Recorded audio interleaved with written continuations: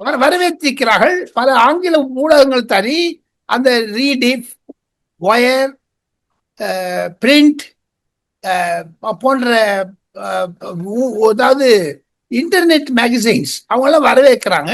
Indian எக்ஸ்பிரஸ்ல சிறப்பாக ஒரு கட்டுரை வந்திருக்கிறது, ஹிந்தி பத்திரிகைகள் வந்திருக்கிறது. ஆக மொத்தம் மகாராஷ்டிரால ஒரு விழா நடக்குங்க, விநாயகர் சதுர்த்தி. நாளை மறுநாள் உங்களுக்கு ரத்த யாத்திரை நடக்குதுங்க பூரியில. அதே மாதிரி தமிழ்நாட்டுல கார்த்திகை தீபம் நடக்கும் போது டிசம்பர்ல. இதெல்லாம் வச்சு பெருசு பண்றாங்க. இதுக்கெல்லாம் விட பெரிய பேக்ரவுண்ட் என்னன்னு கேட்டீங்கன்னா சிவா, பிரதமர் நரேந்திர மோடி அவர்கள் டெல்லியில் கடந்த 10 வருடங்களாக செய்து வருவது என்ன என்று கேட்டால், எல் முருகன் வீட்டுக்கோ நிர்மலா சீதாராமன் வீட்டுக்கோ போனீங்கன்னா பொங்கல் திருவிழா, முருகன் திருவிழான்னு வராரு.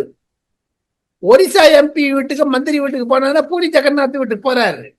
மகாராஷ்டிரா எம்பி வீட்டு சரத்பவார் வீட்டுக்கோ பியூஷ் கோயல் வீட்டுக்கோ இல்ல ஏக்நாத் ஷிண்டே வீட்டுக்கு போனார்னா அந்த கணேசர் டெம்பிள் விழா நடக்குதுங்க அந்தந்த மாசத்துல. இப்போ செப்டம்பர்ல கணேஷ் கணபதி பப்பா மோரியான்னு வரும்.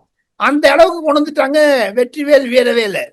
தென்னாடுடைய சிவனே போற்றி, எந்நாட்டவர்க்கும் இறைவா போற்றி நம்ம யோகி ஆதித்யநாத் சொல்றாங்க.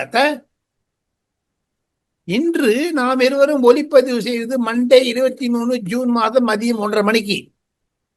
நான் இன்று காலை கோயம்புத்தூரில் ஐயா மோகன் பாகவத் பேச்சை கேட்டேன். அதில் தென்னாடுடைய சிவனே போட்டின்னு சொல்றாரு அவரு.